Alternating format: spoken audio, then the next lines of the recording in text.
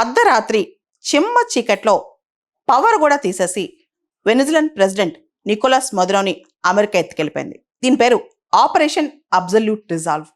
దాదాపు 30 నిమిషాల పాటు ఈ ఆపరేషన్ జరిగిందంట.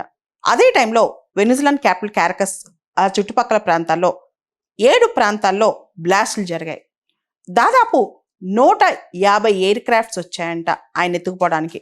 ఆ ఎయిర్ క్రాఫ్ట్స్ని F-18, F-22, F-35 fighter jets, B-1 bombers, electronic warfare planes ఇవన్నీ కూడా అకాంపనీ చేశాయంట. ఇన్ఫ్యాక్ట్ చెప్పాలంటే నికోలస్ మదురో బెడ్రూమ్లో పడుకుని నిద్రపోతున్నారంట. దాదాపు అర్ధరాత్రి 1 గంట అప్పుడు ఆయన్ని బెడ్రూమ్లోంచి లాక్కుని ఎయిర్ క్రాఫ్ట్ ఎక్కించి అక్కడి నుంచి వార్షిప్ ఎక్కించి తీసుకెళ్లిపోయారంట అమెరికాకి. ఇన్ఫ్యాక్ట్ ఈయన్ని ఎలా ఎత్తుకుపోవాలనే దాని మీద మాక్ డ్రిల్స్ దాదాపు కొన్ని నెలల నుంచి చేస్తున్నారంట. ఆయన ఇంటి లాంటి ప్యాలెస్నే ఒక మాక్ ప్యాలెస్ నిర్మించుకుని ఆయన ఎలా తీసుకెళ్ళిపోవాలని చెప్పి దాని మీద చాలా ప్లాన్స్ వేశారంట.